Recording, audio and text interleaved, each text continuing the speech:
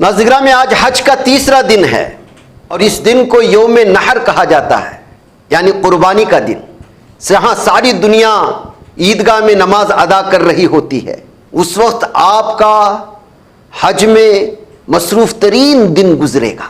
आप एहराम में हैं और जो लोग घर में हैं वो लोग नए लिबास के साथ ईदगाह में नमाज अदा कर रहे हैं। दूसरों के लिए ईद का दिन है और जो हाजी हैं हज अदा कर रहे हैं उनके लिए यौम नहर है और वो एहराम के हालत में है।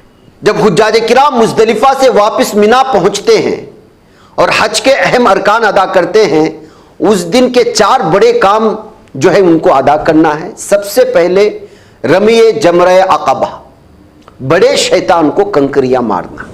सूरज निकलने के बाद हुज्जाज किराम मुज़दलिफ़ा से मिना पहुंचकर सिर्फ बड़े शैतान जमरे अक़बा को 7 कंकरियां मारते हैं। हर कंकरी मारते वक्त अल्लाह अकबर कहना सुन्नत है, बिस्मिल्लाह अल्लाह। कंकरियां मारने के बाद हाजी अल्लाह की राह में जानवर कुर्बान करता है। अब जाहिर सी बात है कि जो हज को पहुंचते हैं वो अपने हाथों से वहाँ कुर्बानी नहीं करते, उनके अपने सेटअप होते हैं।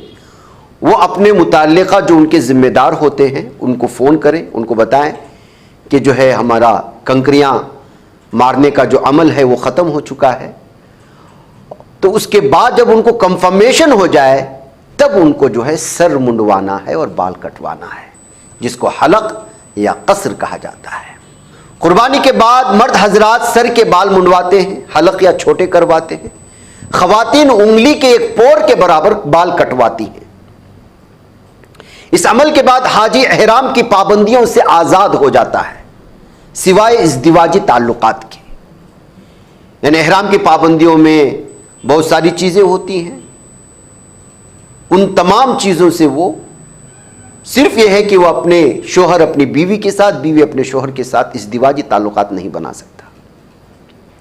बाकी सारी चीज़ें एहराम बांधने के बाद हाजी पर जो पाबंदियाँ होती हैं वो उससे आज़ाद हो जाता है। फिर उसके बाद जो तरीक़ा आता है चौथा, तवाफ़ ज़ियारा और सई। हाजी मक्कतुल मुकर्रमा जाकर काबे का तवाफ़ करता है, जिसे तवाफ़ ज़ियारत कहते हैं। यह हज का रुकन आज़म है। इसके बाद सफ़ा और मरवा की सई की जाती है। उसके बाद तवाफ़ और सई के बाद हुज्जाज वापस मिना आ जाते हैं, जहां वो अगली रातें वहीं पर रहते हैं।